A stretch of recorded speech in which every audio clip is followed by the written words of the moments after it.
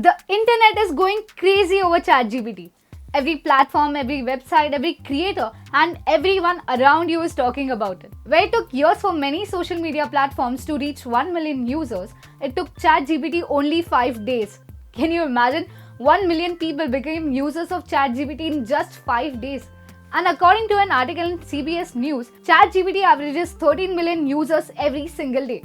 But why are people going crazy about this particular AI tool? Well, the reason is simple. ChatGPT is the future. In just a few months, it has infiltrated many corners of our society. From writing legal contracts, school assignments, to doing search engine optimization and helping with the research for Alzheimer's.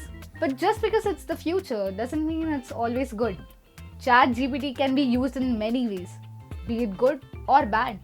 Many schools in America are prohibiting students and even teachers from using ChatGPT, saying that it's a threat to education systems all around the world. One of the major reasons can be what this New York Post article says. Students in North Carolina use ChatGPT to cheat on a test. How? Well, their philosophy professor, Mr. Darren Hick, instructed the class to write a 500-word essay on 2 topics.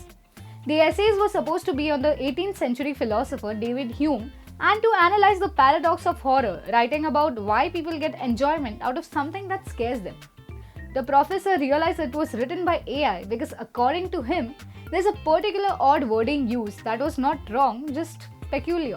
Like if you were teaching somebody how to write an essay, this is how you would tell them to write it before they figure out their own style. And when he plugged the text into the software, he was given a 99.9% likely match.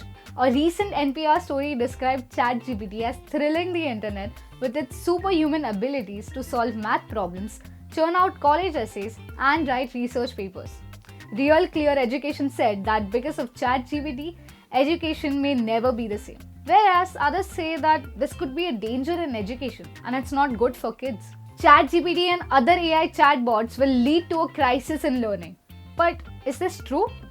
Well, before leading to a conclusion that ChatGPT is a threat to education, we must realize that programs and services for solving math problems, writing essays and research papers exist and have existed for quite some time now. Some of these programs have been available online since 2014. So why are people freaking out about ChatGPT doing the same thing? Once we move past the fear-mongering, it's not hard to see how logic learning machines can be used to enhance higher education rather than being a threat. But how can ChatGPT be used in today's education system? Well, there are a variety of ways. It can be used as a tutoring tool. ChatGPT can provide students with quick answers to their questions and help them clarify concepts that they are struggling with.